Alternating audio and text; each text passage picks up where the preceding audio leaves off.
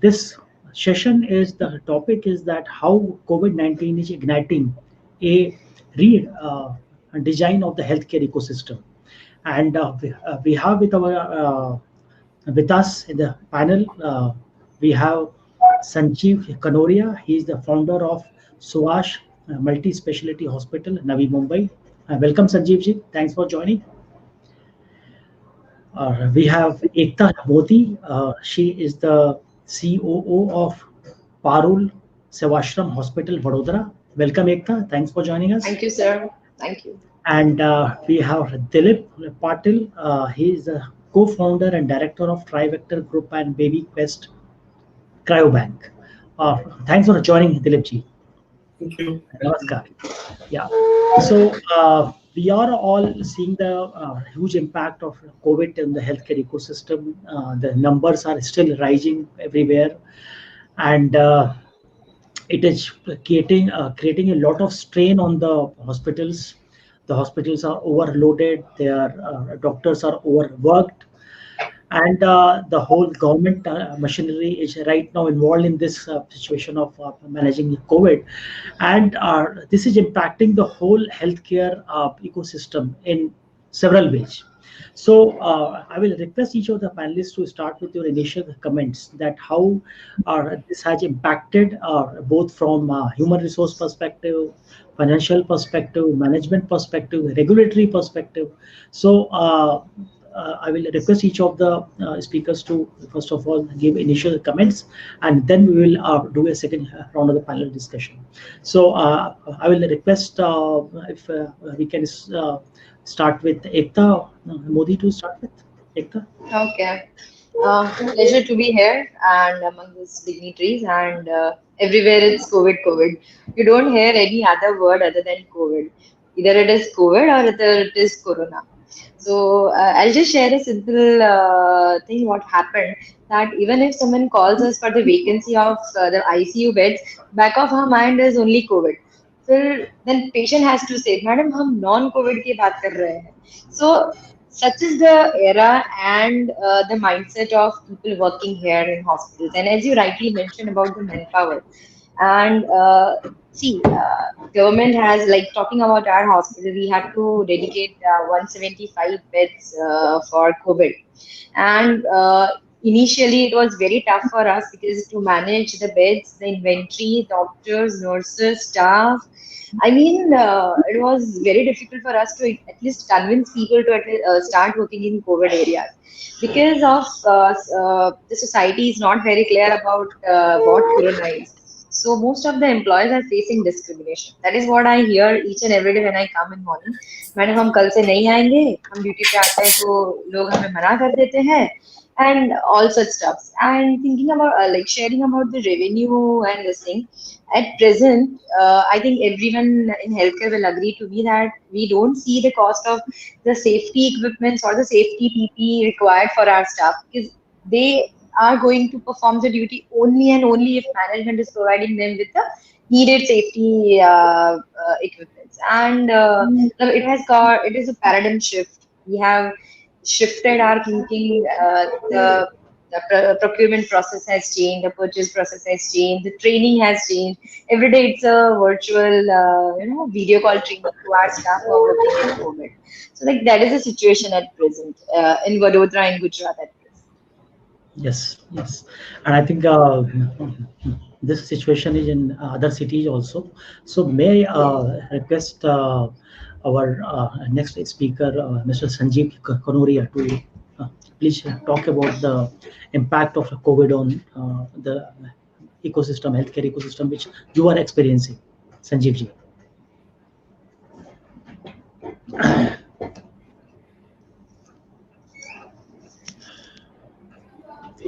Sanjeev ji, please unmute the phone. Unmute your phone, please. Okay, sorry. I have a different perspective on COVID. I'm a doctor. I'm a liver transplant surgeon based out of UK. And I have seen how COVID policies in the UK have unfolded. I am very close to the government here, so I see exactly what is happening. I think we have to be sensible about things. I think there has been a extreme overreaction and exaggeration of COVID. That is my personal views. And if you look at the data properly, and if you look at the data and you relate it to population statistics, right?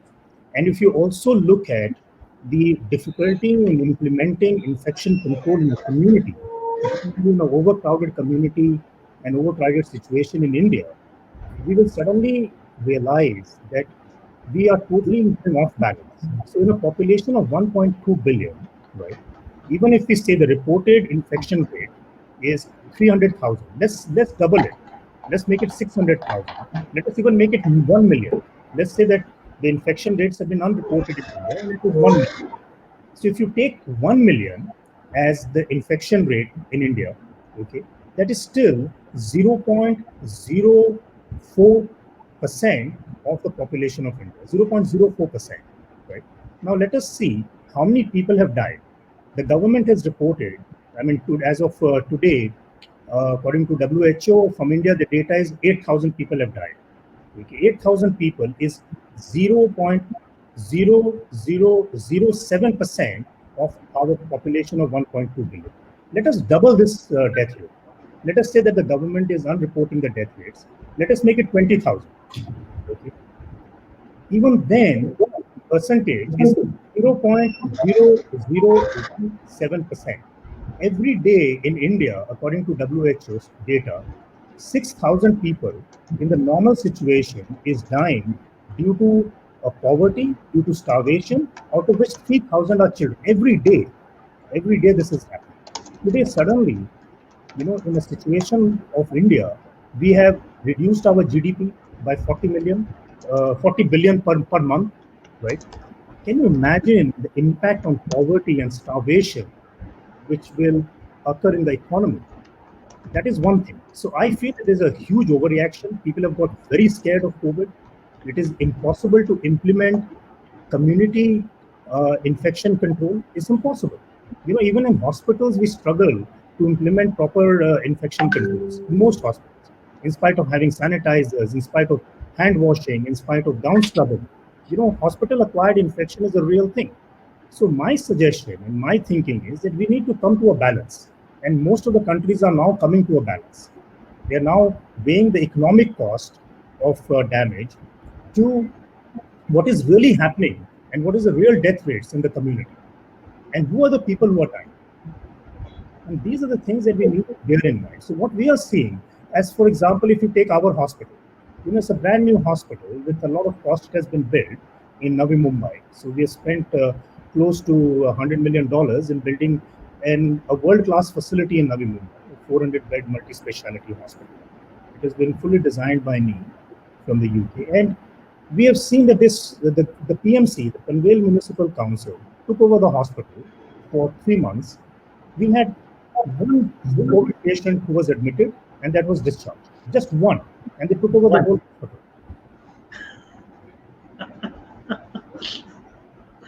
Okay. So I'm just saying there's a total madness about COVID. We need to come back to reality. This is my view. Excellent inputs. You have given a perspective about the percentage of the patients, and which is very, very low.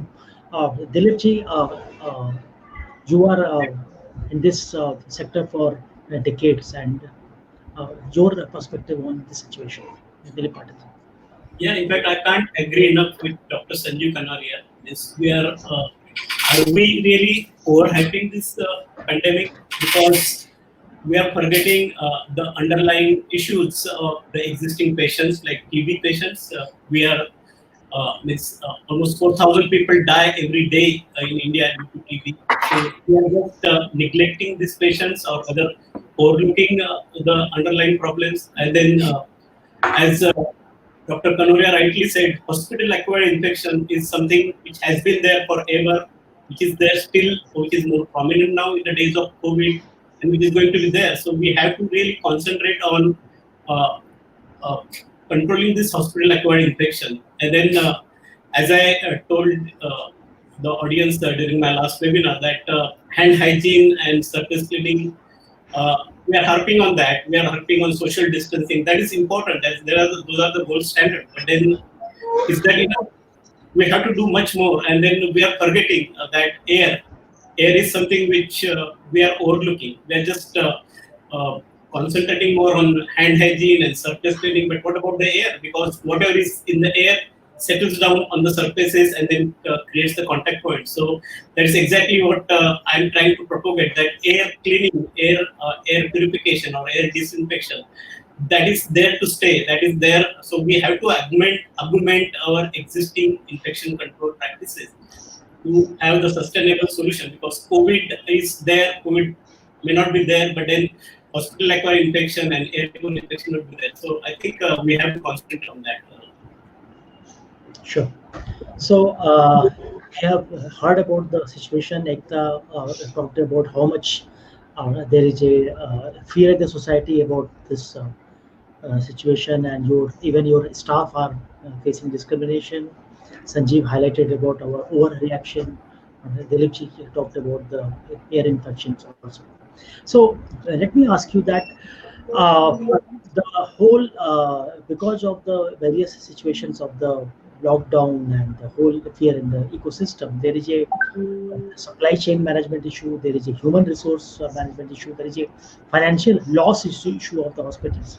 And we were like in the panel in the morning, there were some hospitals who mentioned that uh, this financial strain will keep on going on for at least 4 or 5 months at Months. least, because there is still the disease will stay in the system and people are still scared of going to the hospital. So the question is that how fast you will see the recovery of the healthcare ecosystem, the hospital business, hospital revenues uh, coming to the normal levels. Ekta. I think, sir, it would be a very difficult guess to make when the things would settle.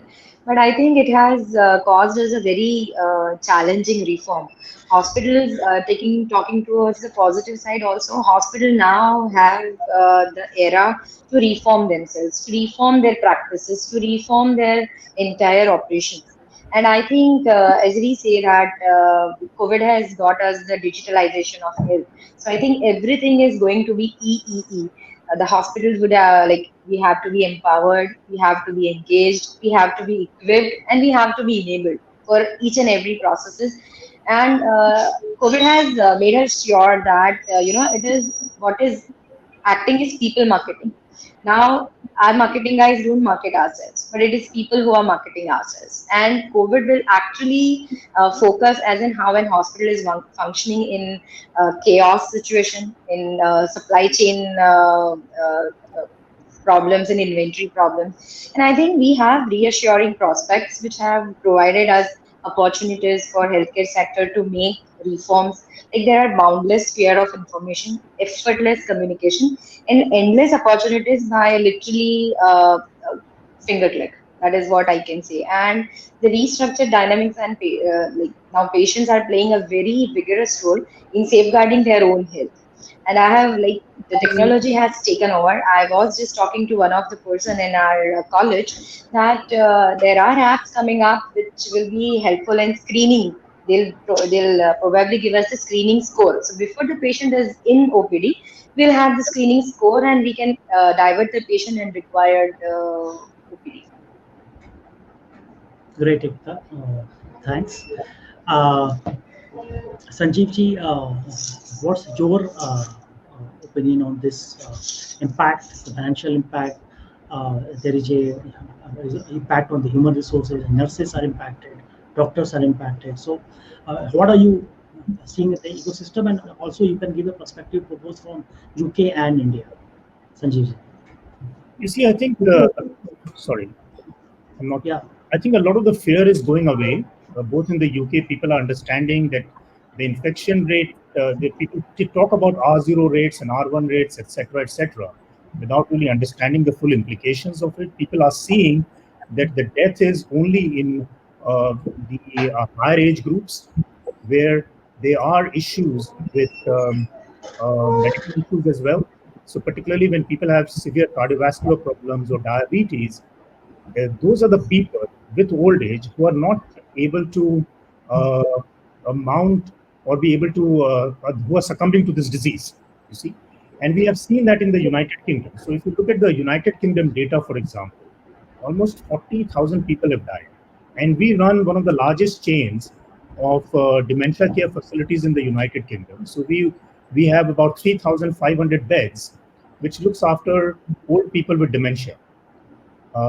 And what we have seen is that out of this 40,000 people, 15,000 deaths have occurred in the dementia care homes. See, because where people are immunocompromised, where people have cardiovascular diseases, they are of an older age group, and they have medical illnesses like diabetes, etc. The other 25,000 deaths have also mainly occurred in the population, in the older population with similar sort of risk factors. See, in the younger population, the deaths have occurred, but they are the total number of deaths in the younger population, according to the UK data, is approximately around 3,000. Of the total 40,000 deaths that has happened in the United Kingdom. Yeah. So these are some of the data that we need to focus on and understand in trying to manage this disease. Number one. Number two, healthcare technology has now taken roots because of COVID. People are understanding the importance of healthcare technology, and healthcare technology will get a big leap as a result of COVID. There will be many changes that will happen, which will improve the processes in healthcare, because whenever technology comes into healthcare, there will be process efficiencies. As Ekta was mentioning, that tools for apps for screening patients based upon risk factors would help us in trying to see which patients need to be admitted to a hospital and which patients can be managed at home. Right? And those things would be very useful. So there will be certain efficiencies that will come into the healthcare system. But my caution is that we need to be careful about not blowing things out of proportion, particularly in countries like India, where we have to, weigh things against economic realities. We have to weigh things against other infectious diseases, which are a major problem, as was being pointed out. The tuberculosis is a major infectious disease. That's a big problem in India, and we know that active tuberculosis is very, very infectious. So there are certain other things that we need to bear in a country, in a developing economy, which is different from a developed economy. So, excellent point about this difference between developed economy and developing economy, and our types of diseases are different, types of challenges are different. Dilipji, your perspective about the situation, and how do we how are you seeing the next 6 to 9 months? Actually, COVID has given us opportunity to embrace the technology, to think out of the box, with the traditional thinking of infection control. Along with traditional thinking, we need to think beyond traditional thinking. And then COVID will be there for a few months or maybe a year. And then we have seen COVID is of course a serious pandemic, but then as I said earlier, and Dr. Kanoria also seconded that the most infectious diseases or the most killing diseases, we should not be overlooking that. And we should be in a crowded country like India, where social distancing or use of hand hygiene or surface cleaning, it may not be adhered to in toto actually. That is impractical. So we have to find some solutions, some other solutions. We have to adapt some new solutions. We have to use new tools for controlling this infection spread. And fortunately, this pandemic has opened up the opportunities for the companies and the innovations in controlling airborne infections or surface infections or whatever. So we are part of that solution providing team actually. So we are really helping hospitals protect the patients, not just the patients, but the healthcare workers from mitigating the risk of spread of infectious diseases. Sure. And what is the like in these challenging times? Uh, Looking at any opportunities for changes in the healthcare, any are there any silver linings in this all challenging times in the dark clouds? So any opportunities you are seeing, Ekta, if you have any inputs on this. Ekta, you have to unmute yourself, please. So sorry. Talking Yeah. about the opportunities, yes, every storm comes with a blessing also. So I think this has also taught us, as I mentioned, about reform of healthcare and healthcare technology. But I think as we say that old ways don't open new doors. So old keys don't open new doors. And so like this challenge is new, so the thinking level, the solution level should also be new. So what we have started in our hospital is because we generally are equipped and thought and made in management practice that we have to give our staff कि आपको ये करना है. But now going beyond that, the user level is very important. So we have now given flexibility and the changes and the facility to our user levels so that they can tell us what change they need to perform better in COVID situation and which will also help strengthen the processes for catering the non-COVID solutions too. So as for a very simple example, we developed and have also got registered for a trademark for that, which we developed at our hospital. We developed a barrier. Usually we have this hospital curtains as a barrier between patients. So what we did is we developed an aluminium section and transparent curtain barrier which has to be kept in a patient's bed and it covers from all the three sides. It has an opening from which the nurses can put their hand and just alter the medicines or give medicines or pint or anything. Sorry. And so it has been serving very good because it is serving as a barrier and as so rightly mentioned the air. So how to curtail the air infection. So I think this type of barrier curtails the air infection also. So yes, positively, many new things are coming up, and even our staff are suggesting that we should do this, we should do that, and that is how I think we are involving everybody. And involving and empowering is the only way to go forward. Sure. Thanks, Ekta. Sanjeev, how do you see any silver linings in these challenging times? See, whenever a chaos happens, some order comes out of chaos. We all know that.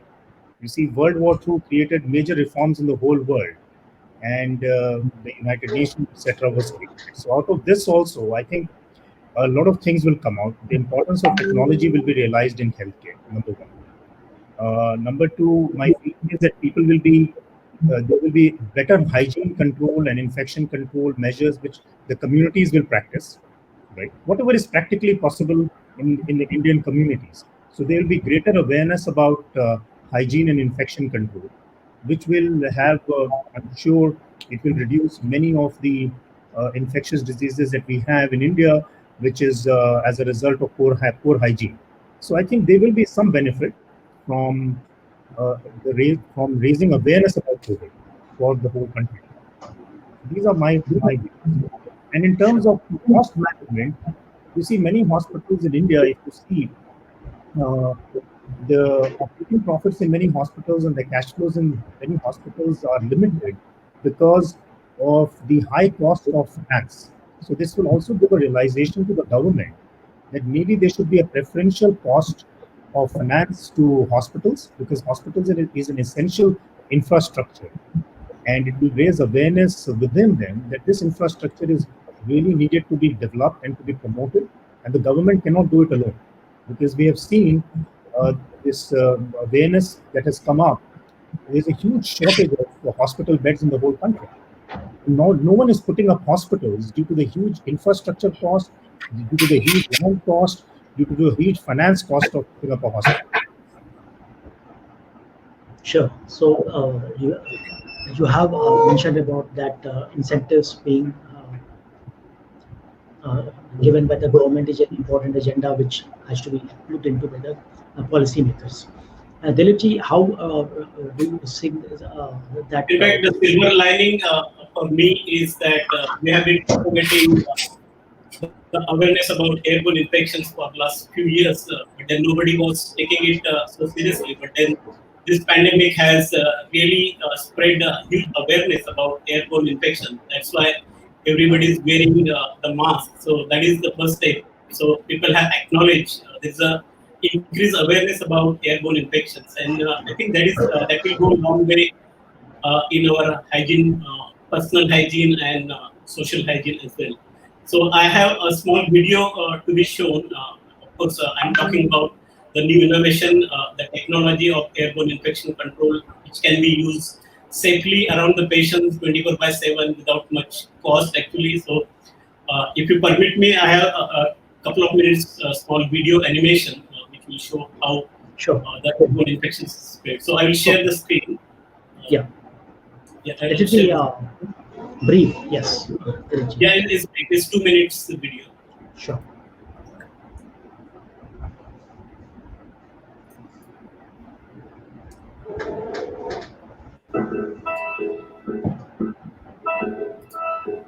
Can you see this?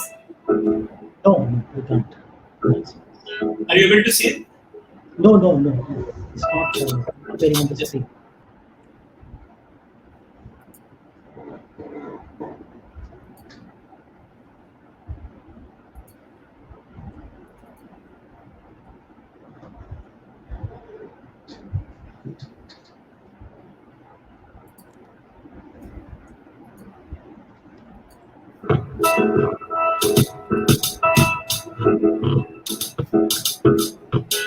I think you're not able to see it still. No. Okay, maybe I have to do it later on. So maybe you can, you can take the next.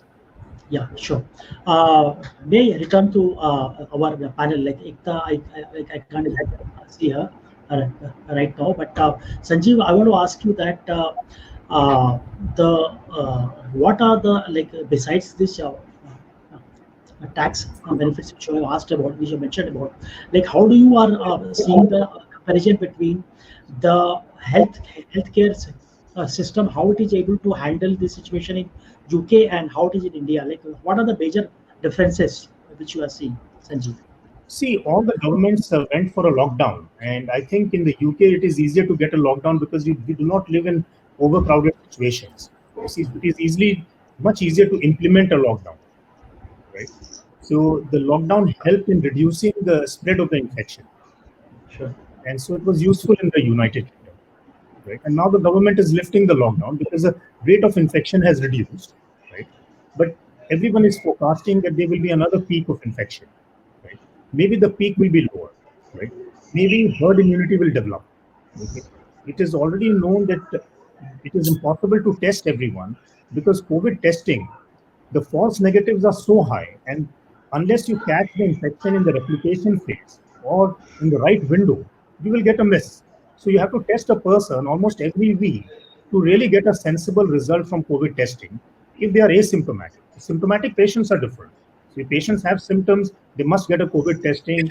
So I'm trying to separate the asymptomatic and symptomatic patients. Many people have got infection in the community already. And it is impossible to monitor, manage, and trace them. All the contact trace apps, etc., which they have tried to implement in the United Kingdom have not really given the results that they were looking for. So it's all in trial phase. But at the same time, while all these things are happening, the infection is marching on. So over a period of time, people will develop herd immunity. We do need to protect the vulnerable. You see, we do need to improve standards of hygiene. In a country like India, we have to be very practical and sensible. It is impossible to implement infection control in a country like India. What are the things that you will spray? People started to spray vegetables. Then people will start to spray their curries. Then people will they will die of insecticide poisoning. Just spraying vegetables with disinfectants is not going to kill the COVID. Because then you have to infect the boxes in which the vegetables are there. You have to infect the whole surrounding. It is impossible. So I think the craziness of the situation when you watch in a country like India, it actually is both heartbreaking and amusing. You see, and some high quality people, scientists, government advisors, need to create the right balance in it. This is what my view is. Sure.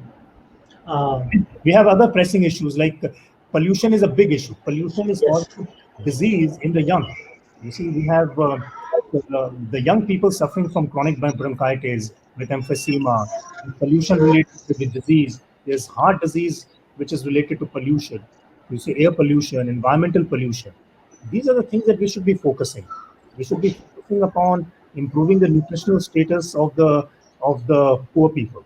You know, those are the things that India should be focusing upon, and not clamping on the whole country, because 10,000 people, let's say 20,000 people in the whole country of 1.2 billion have died. Yes. So what you are saying, Sanjeev, is that we have other diseases, other health challenges, and we should also address them besides COVID. Ekta, if you can talk about the situation of the non-COVID patients in the situation we are listening from Sure. papers and TV, that non-COVID patients are not able to access hospitals in a easy way. Ekta, if you Yeah. can talk. I think non-COVID patients are also in fear that if they visit hospital, they'll catch unnecessary COVID. So they don't want to take this that if they come non-COVID and they go COVID. So yes, a lot of non-COVID patients are facing problems to visit hospital, for which teleconsultations or telemedicine is in. But for some things wherein they need to visit the hospital, so hospitals now have started creating special entry exit gates for COVID and non-COVID, wherein bifurcating them so that the infection rate is minimized. And a lot of IEC materials, because it's only training, and educating, and educating that will help. So if we have proper education to them that okay, non-COVID area is different, COVID area is different, you will be taken care of. A lot of hospital practices are in place. So what we have done is we have deployed special social workers for non-COVID patients. And you won't believe, sir, like a lot of non-COVID patients, we actually have to counsel them. So we've actually set up a counseling area before they enter any OPD, so that they are clear that they are in the non-COVID zone, and it's very rarest thing that they'll be catching COVID infections. And for all COVID patients, proper precautionary measures are being taken care of, because it's like a tsunami.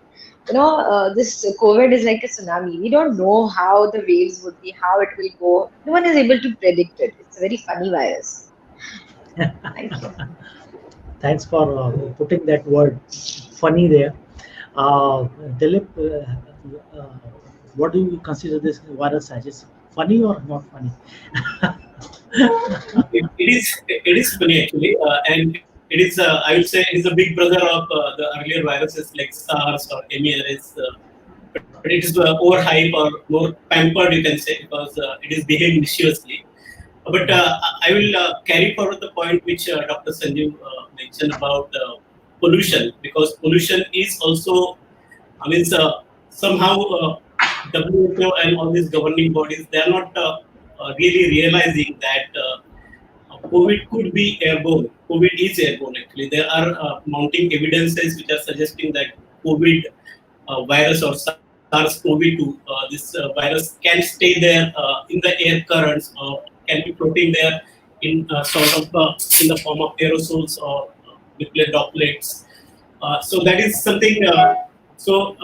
Just to put the statistics, this is the EPA statistics that pollution kills about 7 million people every year in the world. 7 million. So that is the single most killing this thing. And then indoor pollution is a major cause of this deaths actually.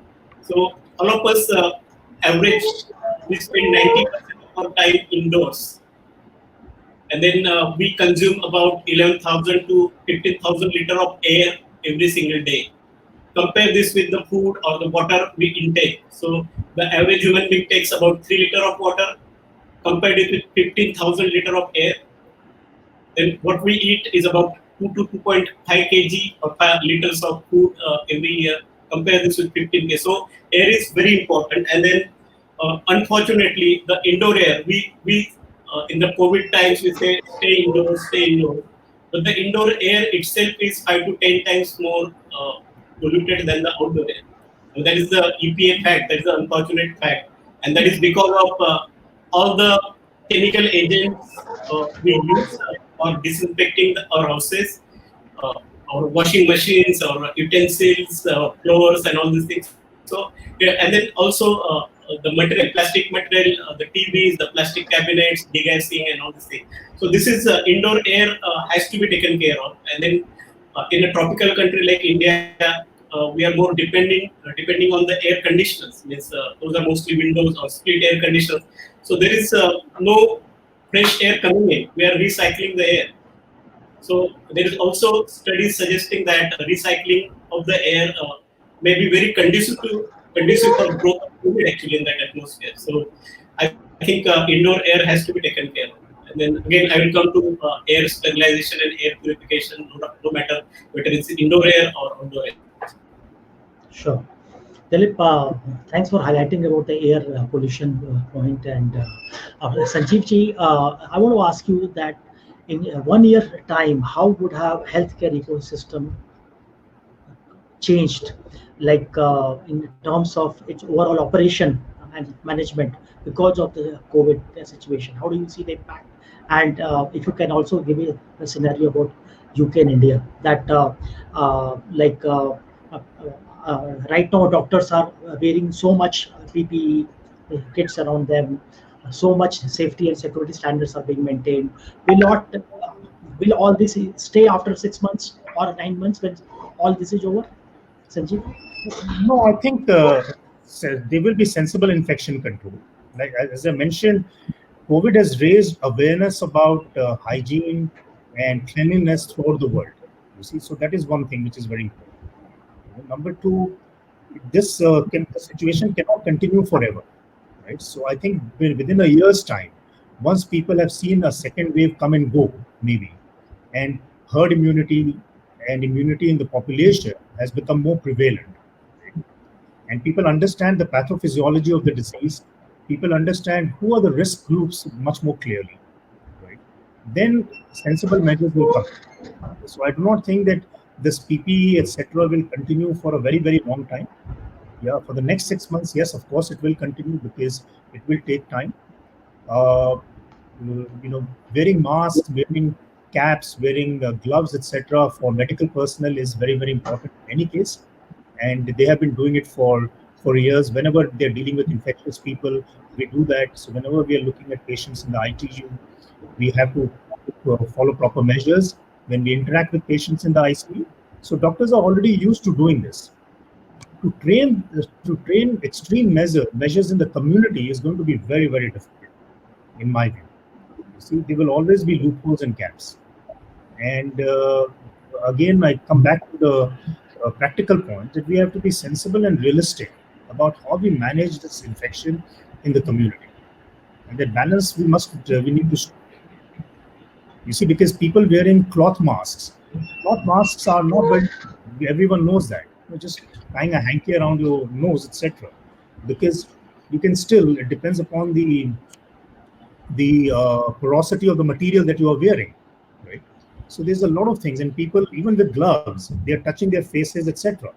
Right? But just because they're wearing gloves, they feel that they're protected because they wear that one glove in the morning and they don't change it.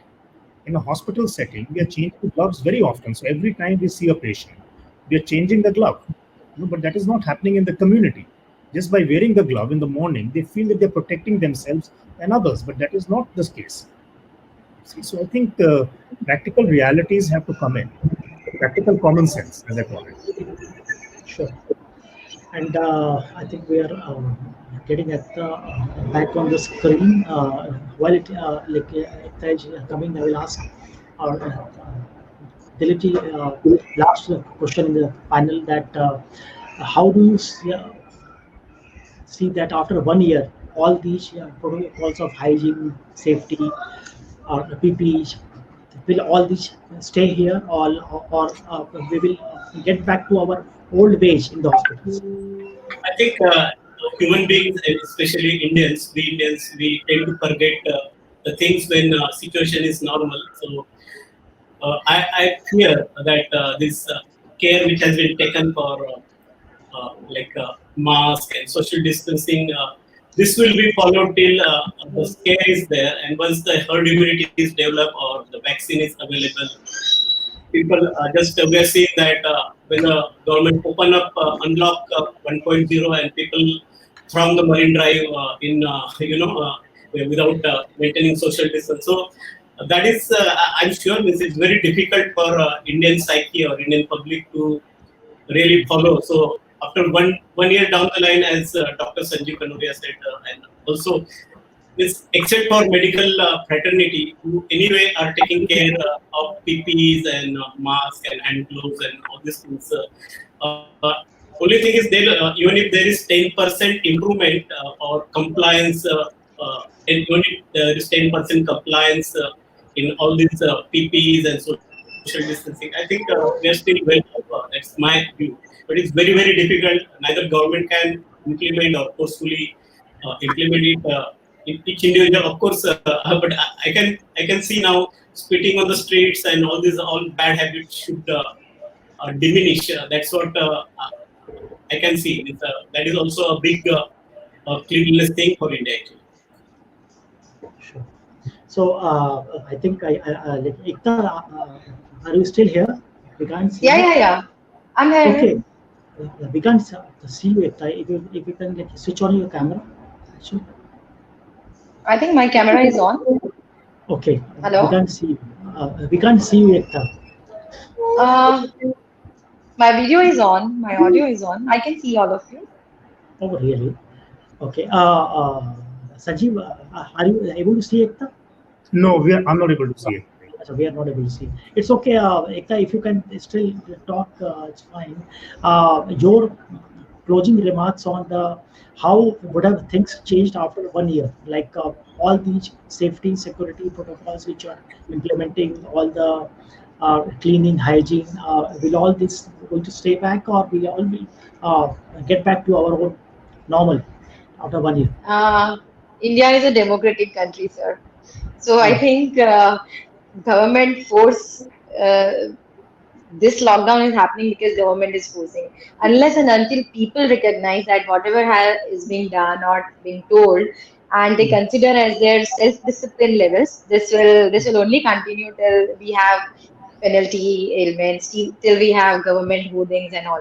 But I think now we need to shift from the reaction mode to the response mode.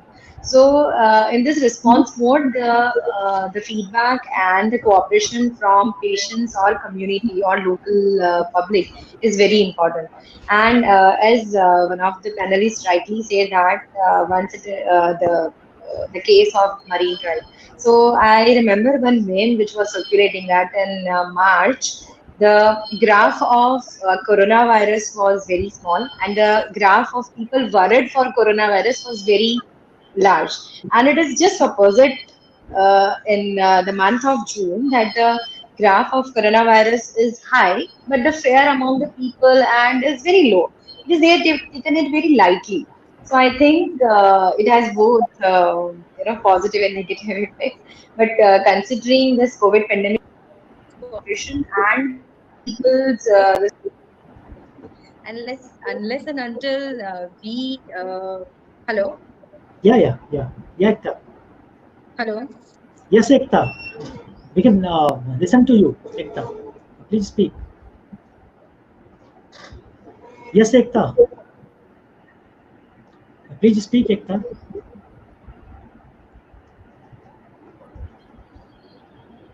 Hello, Ekta. Hello, Ekta. Did we lose her? I think she's rejoined. Yeah. Ekta? Hello, Ekta. Hello, Yes, am I audible now? Yes. Okay. So I think unless and until we get cooperation and proper the message of this COVID pandemic, like what message it gives about, I always say it's 5S. It is about sanitization, maintaining social distance and self-discipline, sanitization, and screening. Unless and until we follow this 5S and make people understand to follow this 5S, I think this is only the way forward. Great. So with this, we will close the panel here, and I thank all our panelists to be having joined here.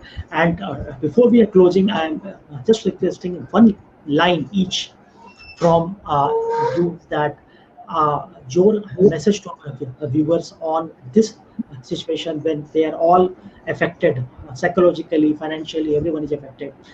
One line message to all our audience, which are even in non-health sectors, that how they should deal with it. Sanjeev, I will start with you. Sorry, could you just repeat your question? Yeah, Sanjeev, your one line message to all our audience, that how they should deal with the situation around themselves when there is all what do you call, everyone is scared, everyone is worried, people are losing jobs, financial challenges, health challenges, everything, everyone is very much I will say scared at this time. So your message to each of the audience who are watching us, even who are in health or in non-health sectors.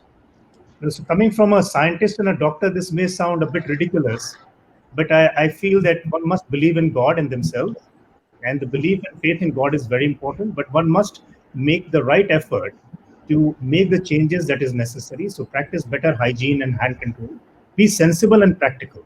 So being realistic is very, very important, and maintaining the right balance is very important at this given moment in time. And to urge the government also to create the right balance. That is what I would suggest. Sure. Thank you, Sanjeev. Dilipji, your message to all the audience. I will also say, hold on, this time will also pass. I think that's what, because we have seen this is ups and downs, and this is one of the downside we are facing. So we have resilience and holding capacity, and then we have to preserve our resources, especially cash and whatever, because that is what, and we have to take care of our health the best possible way. And then, of course, government, as I will also request government to be proactive in regards to healthcare field. Actually, it's little more empathetic, sympathetic rather about the healthcare providers. That's my message. Sure. May I request Ekta to give Yes, your my message to one us? liner to all healthcare and non-healthcare viewers is: don't follow and forward unvetted news or forwards. This is spreading so much of miscommunication about Google University and WhatsApp University. So don't follow any unhelpful news. So with this, I thank all our panelists and all our audience who have joined it here live on the Facebook, and all our audience if you have liked this panel and the overall panels of the day, please like and share this video on your profile, so that the great ideas which have been discussed over the day reach out to all the people. And I thank all the esteemed panelists, Sanjeev, Ekta, and Dilipji, for joining this Thank you, panel sir. and encouraging. Thank you, Dr. Ravi. Thank you so much. Thank you. you. Namaskar. Thank you. Thank you, my friend. Thank you. Thank you. Thank you.